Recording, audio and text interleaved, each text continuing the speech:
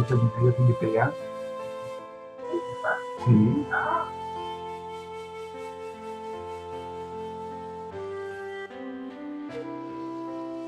Muy buenos días tengan todos. Es un privilegio estar nuevamente con ustedes en esta preciosa mañana, aunque esté nublada. Damos gracias a Dios por permitirnos ver un nuevo día en que podamos seguirle, mostrarle al mundo quién reina en nuestro corazón. Y vuelvo a decir, esta guía de estudio ha sido fenomenal y esta última lección me está ayudando a mantener el enfoque. Quiere que nosotros nos pongamos los binoculares y que podamos enfocarnos solamente en Cristo. Y es interesante que en la devoción matutina esta mañana reflejemos a Jesús. Se nos recordó Hebreos 12:2. Puesto los ojos en Jesús, el autor y consumador de nuestra fe. Mantengamos nuestra vista simple y llanamente en ver a Jesús. Así que, déjenme arreglar el documento porque yo estaba repasando. Vamos a ponerlo al inicio y vamos a compartir pantalla. Pero antes vamos a pedirle al Señor que nos dirija. Y el Señor si la presencia de Dios no nos acompaña, no se vista porque no vale la pena ir a ningún lado sin tener la presencia de nuestro Señor. Y más cuando estudiamos su palabra, debemos tener la presencia de nuestro profesor por excelencia, el Espíritu Santo, que Él abra nuestro entendimiento, que nos ayude a comprender las verdades que quiere enseñarnos y que probablemente durante el día podamos compartir estas verdades o vivirlas en nuestra vida, que es lo ideal. Así que le damos gracias al Espíritu Santo por estar en nosotros y por estar con nosotros y por ser nuestro profesor en esta transmisión. Y estamos recordándole a todos que en esta última semana estamos viendo la última lección, la lección número 13 de esta guía de estudio que ha sido fenomenal, en el crisol con Cristo. Dios mediante, en el transcurso de la semana, les estaré presentando la nueva guía de estudio que también creo que va a ser interesante. Nunca habíamos estudiado ese tema, no por 3 meses, 13 lecciones, y esperamos que esa guía de estudio nos ayude a comprender uno de los temas más controversiales en nuestro tiempo. Así que usted esté pendiente porque estaremos compartiendo en algún día de esta semana la nueva guía de estudio que vamos a empezar a ver a partir del próximo domingo. Pero por ahora sigamos disfrutando de en el Cristo con Cristo. Y digo disfrutando, pero realmente esta lección no es para mí un disfrute. Ha sido terrible, terrible, terrible. Pero recordamos que lo que significa la palabra crisol, y siempre recordando que es una prueba, es una situación, puede ser también que usted se sienta que está metido en este recipiente llamado crisol y que usted se siente que el calor lo está destruyendo, pero no se preocupe, recuerde siempre que Jesús está con nosotros en medio del crisol, en medio de la prueba, en medio de la situación. Y hoy vamos a ver cómo Jesús enfrentó el crisol más grande de su vida terrenal. Y por eso digo que no ha sido una lección fácil. Siempre que nosotros leamos las últimas, como dice la tía Elena, en el deseo de toda la gente, nosotros debiéramos, si no es posible todos los días, por lo menos todas las semanas, enfocarnos en las últimas horas de la vida terrenal de Jesús. Yo creo que si lo hiciéramos, no lo perderíamos de vista tan fácilmente, pero más que nada, creo que seríamos transformados, totalmente transformados. Y esta lección tiene ese propósito de hacernos ver que no importa el crisol por la cual nosotros estemos pasando, y no estoy desmeritando que no sea un crisol difícil para nosotros. Todos los crisoles que pasamos son difíciles de manejar, pero esta lección nos quiere dar a entender que no importa el crisol que estemos pasando, nunca va a ser peor de lo que pasó Jesús mientras que estuvo aquí en la tierra. Y vamos a ver el versículo que tenemos que memorizar esta semana. Es un versículo que estuve buscando en los libros de la tía Elena y me encontré con algo que nos explica un poquito más en detalle. ¿Qué quiso decir Jesús cuando cerca de la hora nona él clamó a gran voz diciendo: Elí, Elí, lama sabactani? Esto es: Dios mío, ¿por qué me has desamparado? ¿Qué estaba sintiendo Jesús en ese momento? Y el libro El deseado de todas las gentes nos descorre la cortina para que podamos ver un poquito más lo que estaba pasando con Jesús.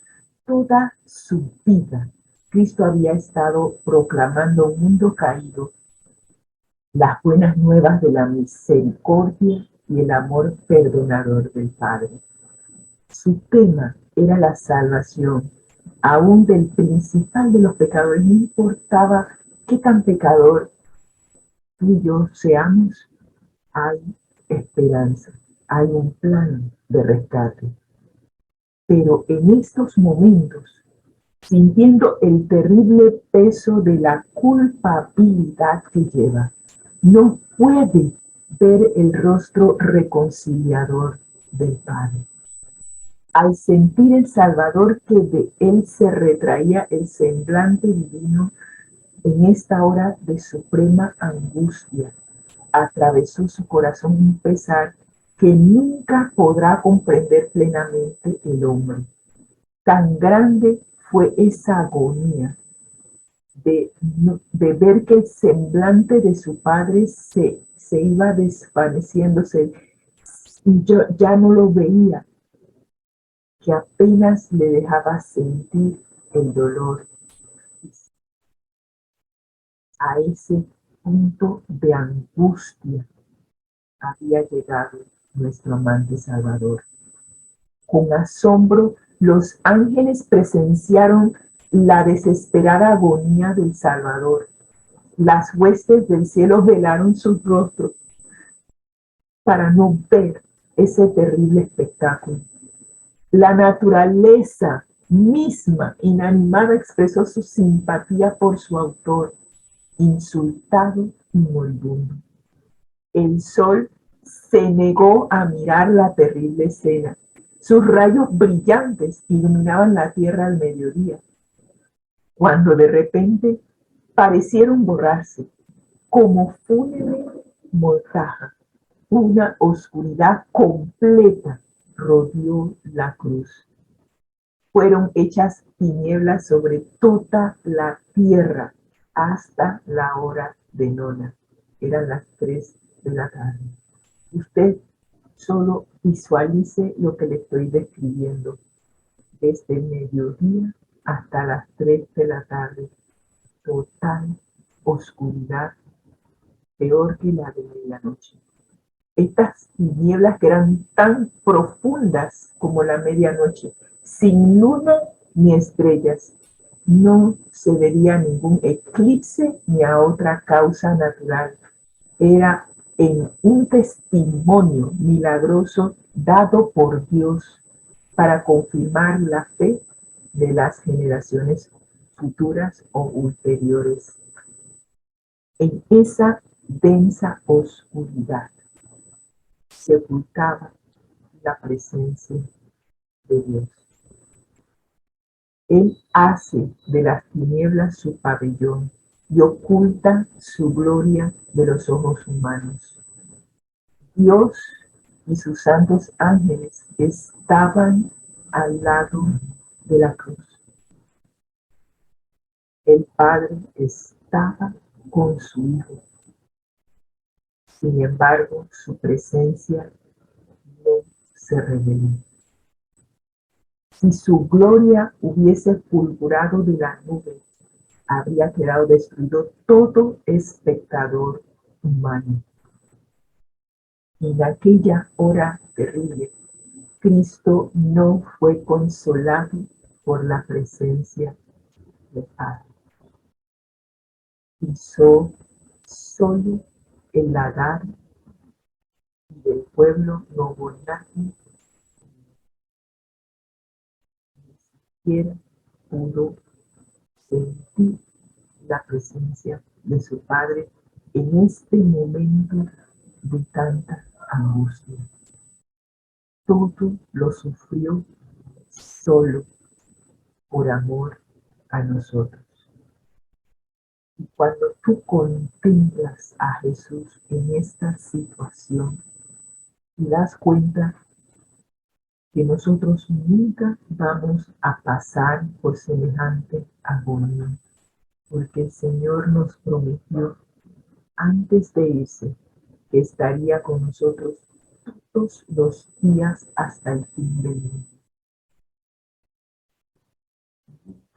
Nos dejará solos y como prueba de ello envió al Espíritu Santo para que estuviera con nosotros como un consolador, como un guía, para que nunca sintiéramos la agonía que él sintió en la cruz. Y ojalá que tú y yo podamos entender el gran sacrificio, la agonía, el sufrimiento por la cual pasó Jesús. Yo no tengo el corazón como para no entregarme ante tal manifestación de amor. No lo tengo. Cada vez que veo a Jesús en esta situación, que leo lo que él tuvo que pasar, mi corazón se conmueve y se dice a sí misma, ¿cómo es posible que no me rinda a él, que no me entregue por completo, alma, cuerpo, mente, todo, a alguien que me ama tanto? Nunca vas a encontrar a nadie que nos ame más que Jesús y que lo haya demostrado de esta manera. Y ojalá que la próxima vez que leamos Mateo 27:46 podamos comprender, aunque sea un poquito, la agonía por la cual pasó Jesús en sus últimas horas de vida. Eso es lo que nos dice el deseado de todas las gentes, páginas 701 y 702. Y hoy nos toca contemplar otra escena desgarradora. Jesús en el Getsemaní.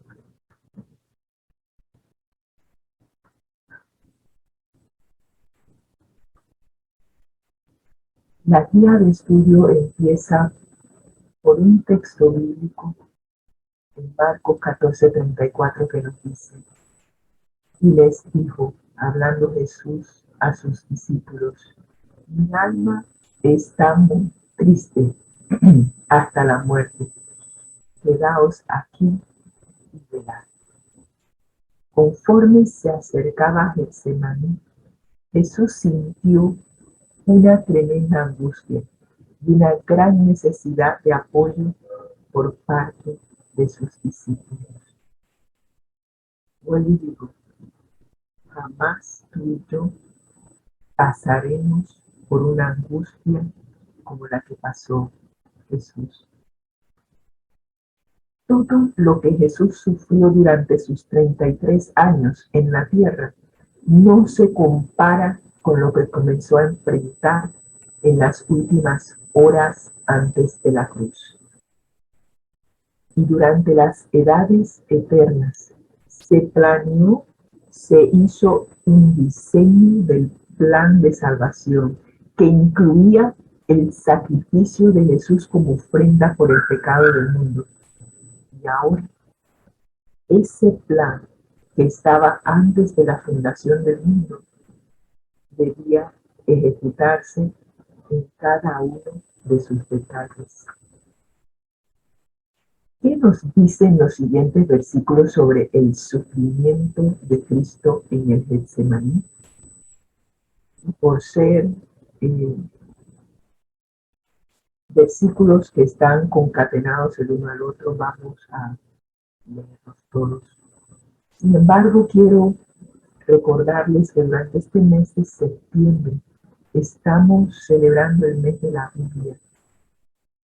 Yo no sabía el por qué se estaba celebrando el mes de la Biblia en septiembre, así que el Señor me llevó a esta gráfica, a esta imagen, en donde se nos dice que se celebra en septiembre por dos acontecimientos. La primera es el aniversario de la publicación de la primera Biblia impresa, y esta fue en Suiza en 1569. Y la segunda razón por la cual el mes de septiembre es el mes de la Biblia es que el día 30, que todavía no ha llegado, se celebra el día de San Jerónimo. Usted dirá, pero nosotros no celebramos días de santos, pero ese día, 30 de septiembre, se le dedica a San Jerónimo porque él dedicó su vida a estudiar y a traducir la Biblia al latín. A la traducción de San Jerónimo se le conoce como la Vulgata. Yo he escuchado esa expresión anteriormente, pero no entendía que Jerónimo escribió, tradujo la Biblia para el pueblo. Gracias a su traducción, nosotros ahora tenemos la Biblia en nuestro propio idioma, porque él primeramente tradujo la Biblia al latín y la tradujo en un lenguaje que tú y yo pudiéramos comprender. Dios tiene sus maneras y Él utiliza a cualquier ser humano que se entregue a Él por completo. No importa la denominación, no importa el credo, la raza, el color, la cultura. Si tú te entregas por completo a Jesús, Él podrá utilizar tus dones, tus talentos, tus destrezas, tus habilidades para bendecir a aquellos que te rodean. Y San Jerónimo se entregó por completo al Señor y el Señor le envió al Espíritu Santo para que le ayudara a traducir la Biblia al latín. Qué interesante. Tenía un colega en San Jerónimo como traductor y lo desconocía totalmente. Así que es realmente una hazaña lo que hizo él, en especial sabiendo que, por lo menos fue lo que yo aprendí en mis primeros años de cristiana, antes de conocer a Cristo, como lo conozco ahora, que se me había dicho desde niña que el que leía la Biblia se volvía loco, que solamente los líderes de la iglesia podían leer, comprender y enseñar la Biblia. el día que recuerdo, tomé la Biblia y la abrí, solo entendía el Salmo 23, pero leía lo demás y no lo entendí, la cerraba y decía, no lo entiendo. Probablemente, pues, supongo que por eso Dios dice que solamente aquellos que están estudiados pueden comprender la Biblia. Hasta que un día el Señor me enseñó que todo aquel que desea conocerle, que desea conocer el mensaje que Él nos ha dejado en su palabra, Él será el maestro y Él nos enseñará la Biblia. Y fue para mí un, una explosión mental cuando leí los primeros textos en la Biblia y finalmente comprendí lo que leía. Fue un día de regocijo, digo, entendí cuando leí Génesis 1:1. En el principio Dios creó los cielos y la tierra. Yo quedé maravillada, lo entendí. Yo no tenía ningún tipo de educación, solamente tenía mi primaria y mi secundaria. Y si a los 16 años ya por lo menos eso entendía, yo estaba feliz. Y yo te animo a estudiar la palabra de Dios. El Espíritu Santo será tu profesor.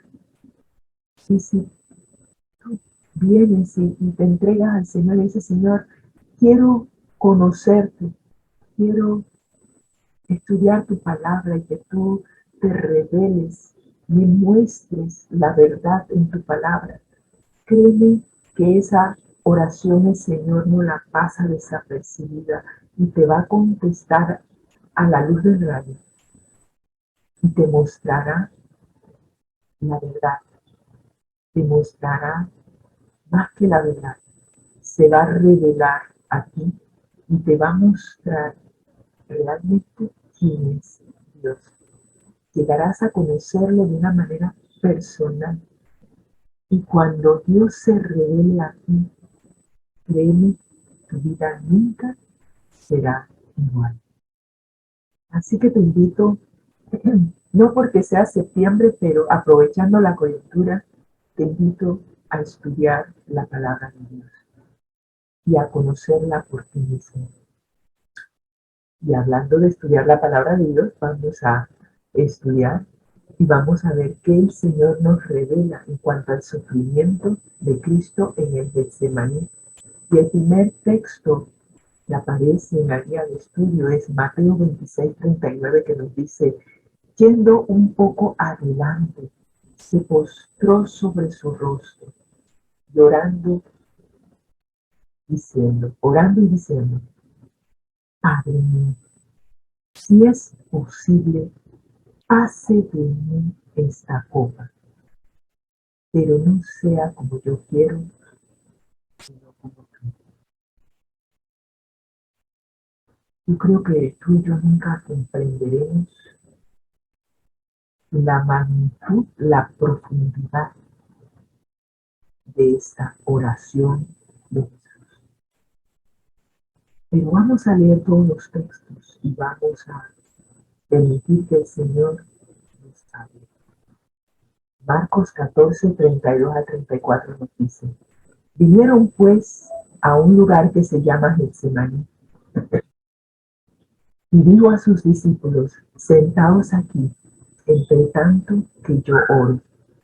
Y tomó consigo a Pedro, a Jacobo, que es Santiago, y a Juan, y comenzó a entristecerse y a angustiarse.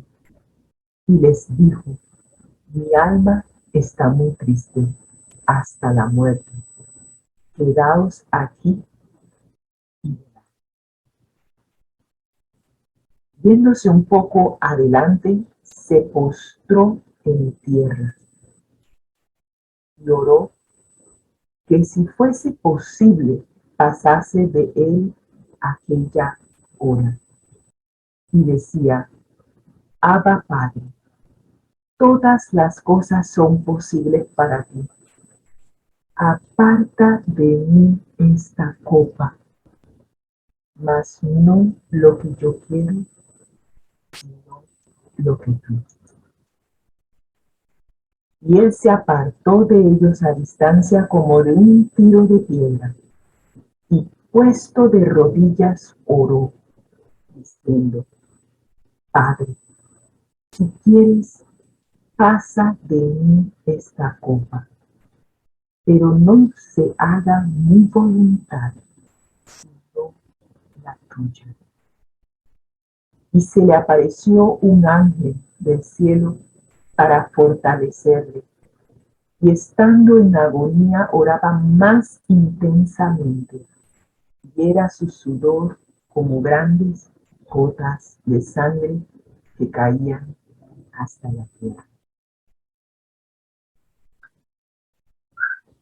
El deseado de todas las gentes nos da una vislumbre de lo que estaba pasando con Jesús en estos momentos.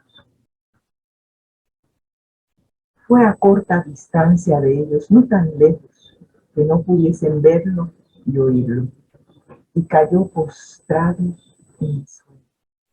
Sentía que por causa del pecado estaba siendo separado de su Padre. El abismo era tan ancho, negro y profundo que su espíritu se estremecía ante él. No podía y no debía ejercer su poder divino para escapar de esa agonía. Como hombre, debía sufrir las consecuencias del pecado del hombre. Como hombre, debía soportar la ira de Dios contra la transgresión. Cristo asumía ahora una actitud diferente de la que jamás asumiera antes. Sus sufrimientos pueden describirse mejor en las palabras del profeta Zacarías, que nos dice en el capítulo 13, versículo 7: Levántate, oh espada, contra el pastor y contra el hombre compañero mío, dice Jehová de los ejércitos. Como sustituto y garante del hombre pecador, Cristo estaba sufriendo bajo la justicia divina. Veía lo que significaba la justicia. Hasta entonces había obrado como intercesor por otros. Ahora anhelaba tener un intercesor para sí. No había nadie que podía interceder por Jesús. En el Getsemaní, Jesús tenía que tomar una decisión. O era el sustituto del hombre, sustituto tuyo y mío, o no. La sentencia de muerte que se había dictado en el Edén, en donde a Adán y a Eva se les dijo que el día que comieren del fruto, ese día morirían, ahora pendía de un hilo. Esa muerte que no fue ejecutada en el momento contra Adán y Eva, se había postergado porque había un plan en donde había un sustituto para ejecutar esa sentencia de muerte. Ahora venía el momento que esa sentencia de muerte debía ser ejecutada.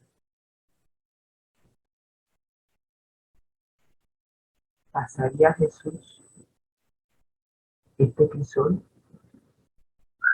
que tenía que pasarlo solo como sustituto tuyo?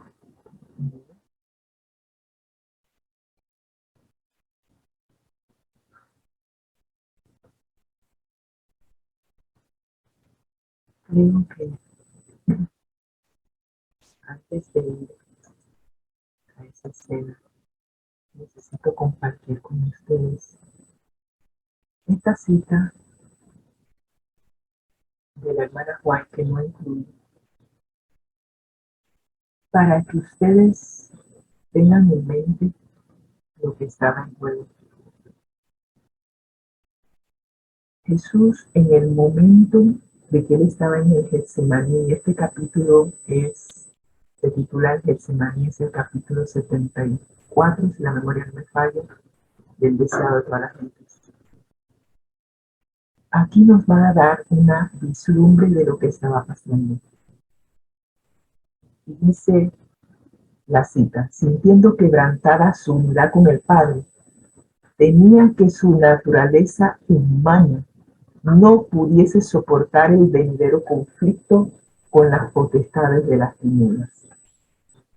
En el desierto de la tentación, ustedes recordarán que ese fue el primer enfrentamiento que Jesús tuvo con el adversario, con Satanás.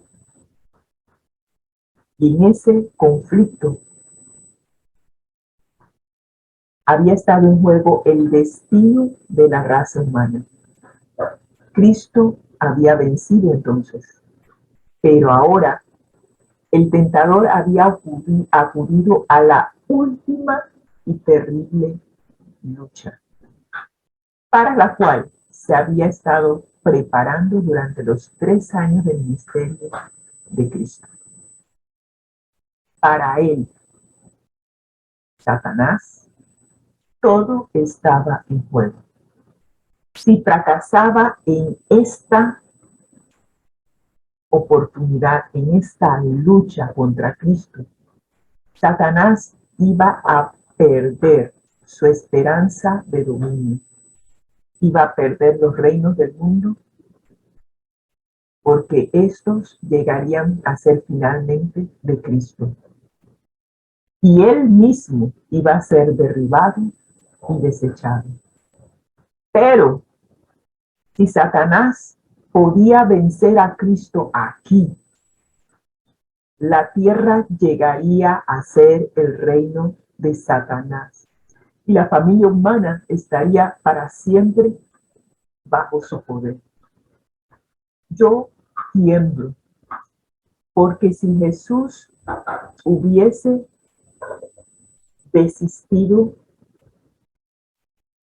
de tomar la copa, de beberla, si hubiese decidido que la lucha era demasiado y hubiese decidido en ese momento regresar al cielo, tú y yo hubiésemos estado condenados a vivir en este mundo de dolor, de sufrimiento, de muerte, de violencia para siempre. Eso era lo que estaba en juego en el Getsemaní.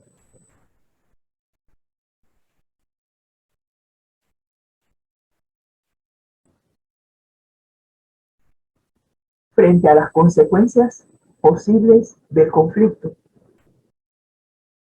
embargaba el alma de Cristo el temor de quedar separado de Dios. Satanás le decía que si él se hacía el garante de un mundo pecaminoso, la separación de su Padre sería eterna y que Jesús quedaría identificado con el reino de Satanás y que nunca más sería uno con Dios. Ese crisol que Jesús tenía en ese momento, yo creo que no tiene nombre.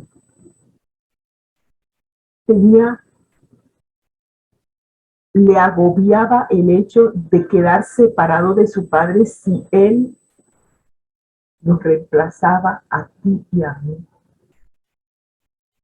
en esa sentencia de muerte. ¿Qué decisión iba a tomar Jesús? Eso era lo que estaba en juego en el Getsemaní. El hecho de que Jesús fuese crucificado Todo lo que pasó después del Getsemaní simplemente fue la ejecución de su decisión. Pero el Getsemaní es la clave, porque allí Jesús tenía la opción de seguir adelante con el plan de salvación o desistir. Y este párrafo me lo puso en contexto. Satanás se jugó todas sus cartas y presionó a Jesús al punto que sudaba gotas de sangre por la angustia y la presión mental que estaba sufriendo. Él nunca se había separado de su padre. Y es por eso que cuando leímos ese texto de Mateo, donde él dice, ¿por qué me has desamparado? Usted y yo nunca lo podremos comprender porque nunca hemos estado en comunión con el Padre y el Hijo y el Espíritu Santo al punto de lo que estuvo Jesús. Jesús nos invita a nosotros a unirnos a Él y a su Padre. Él oró en Juan 17 para que nosotros seamos uno como Él y el Padre es uno. Y cuando tú te entregas por completo a Jesús, empiezas a vivir esa unidad que Jesús tiene con su Padre. Él tenía que tomar una decisión, correrse el riesgo de quedar por siempre bajo el dominio de Satanás y nunca más volver a ser uno con su Padre, o morir y morir en nuestro lugar, o simplemente desechar el plan de salvación y regresar a su Padre y que nosotros estuviésemos condenados por siempre a vivir bajo el poder de Satanás. Y el enemigo lo sigue torturando. Ustedes hablan de pisoles. El enemigo lo tortura y le dice, pero ¿y qué vas a ganar por este sacrificio? Satanás le presenta al Redentor la situación en sus rasgos más duros. Le dice, mira, ve, el pueblo que tú pretendes salvar, que tú le diste el privilegio de estar por encima de todos los demás, le diste ventajas temporales, le diste ventajas espirituales. Ese pueblo te ha rechazado. Está tratando de destruirte a ti, fundamento, centro y sello de todas las promesas que tú les hiciste, que están en su palabra. Todo eso, inclusive el hecho de que ellos eran un pueblo peculiar, todo eso lo está tratando de destruir. Es más, uno de tus propios discípulos, el que escuchó tus instrucciones, el que se había destacado en las actividades de tu iglesia, te va a traicionar. Y uno de tus más celosos seguidores te va a negar. Y al final, todos te van a abandonar. Todo el ser de Cristo aborrecía este pensamiento. Que aquellos a quienes Él se había comprometido a salvar, aquellos a quienes amaba tanto, se uniesen a las maquinaciones de Satanás, eso traspasaba su alma. El conflicto era terrible. Y recuerden, el conflicto entre el bien y el mal se desarrolla en la mente. La angustia que él estaba sufriendo era mental. Se medía por la culpabilidad de su nación, de sus acusadores, su traidor, por la del mundo que yacía en las iniquidades. Todo eso pesaba sobre Cristo y el sentimiento de la ira de Dios contra el pecado abrumaba su vida. O sea, encima de que el mundo entero, como dice la definición de Crisol, todas las fuerzas se concentraron en contra de Jesús, inclusive la ira de sus padres contra el pecado. Todo esto fue lo que Jesús padeció por ti y por mí.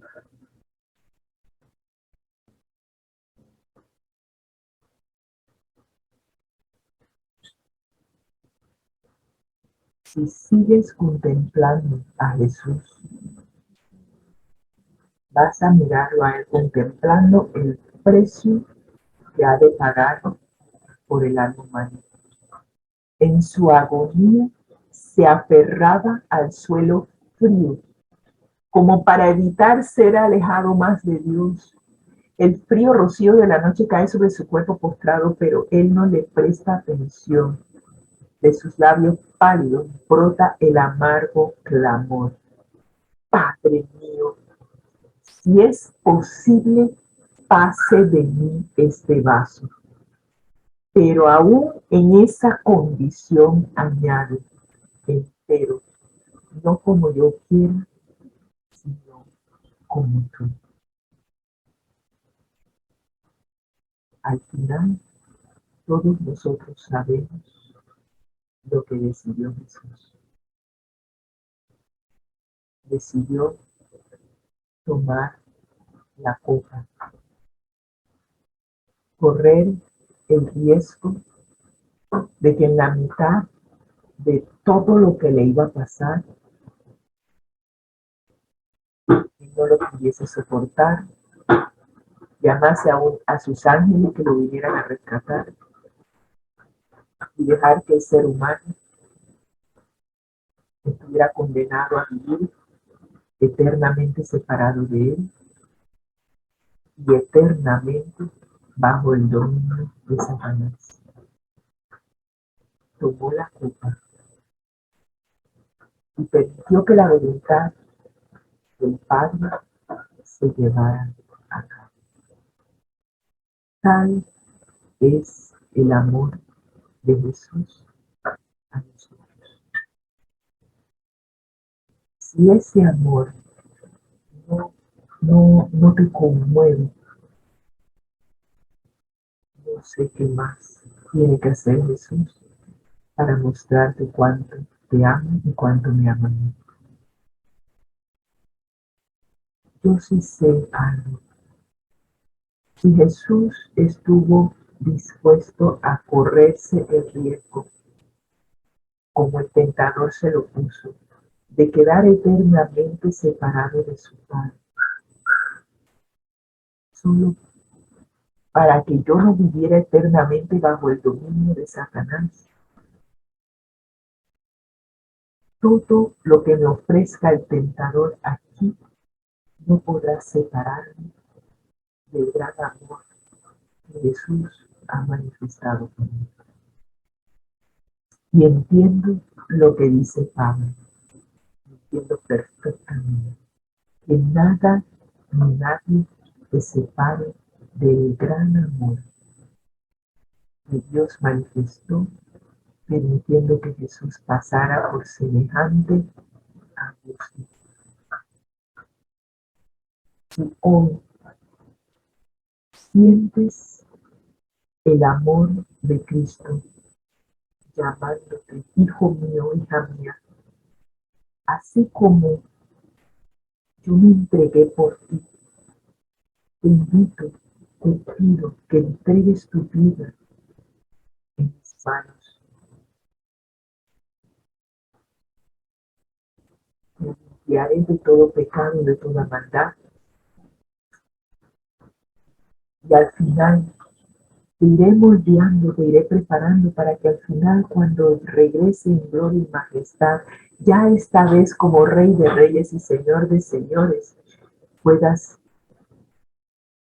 venir conmigo, sentarte en mi trono y que puedas reinar conmigo y estar conmigo por la eternidad. Eso es mejor que vivir eternamente bajo el poder de Satanás en este mundo de muerte, de enfermedades, de violencia, de dolor. Tú y yo hoy tenemos que tomar una decisión al igual que Jesús. Las cosas que te ofrece Satanás en este mundo, o llevar nuestra cruz. Sí, esa es la alternativa. Así como Jesús sufrió y tuvo que llevar la cruz y murió por nosotros, Él nos invita a que tomemos nuestra cruz y que le sigamos.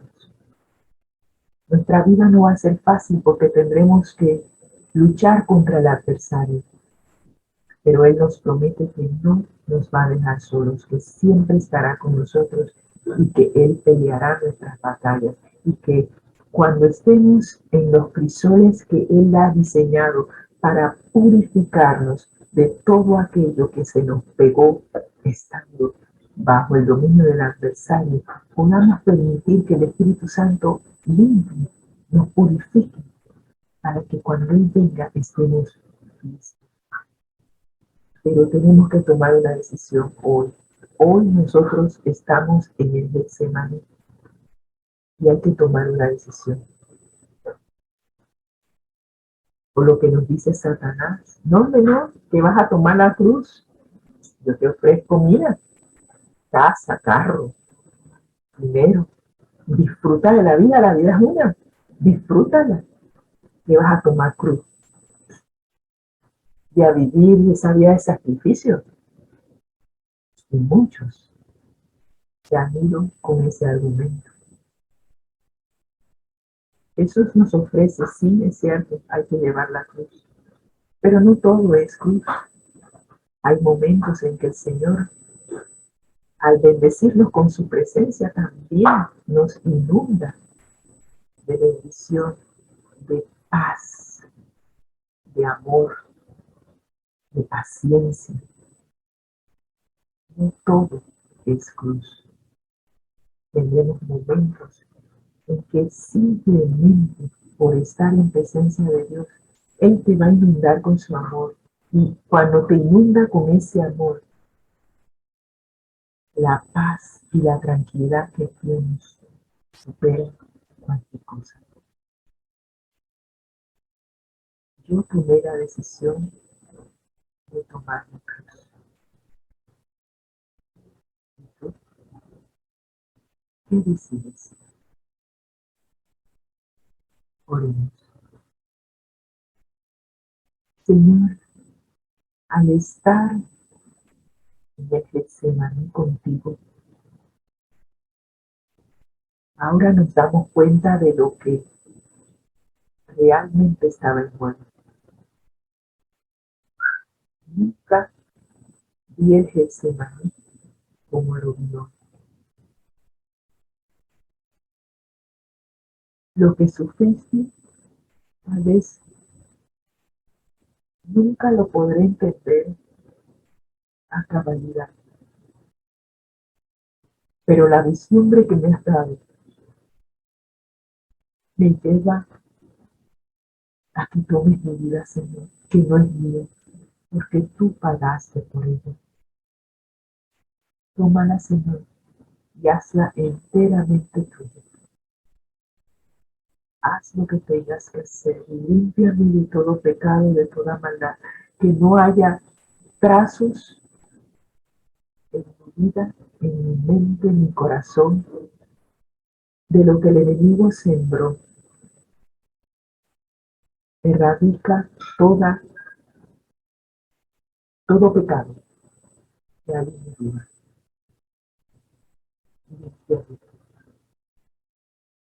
Y a partir de este momento, el Santo Espíritu more en mí, y que esta decisión también sea de aquellos que están escuchando esta transmisión.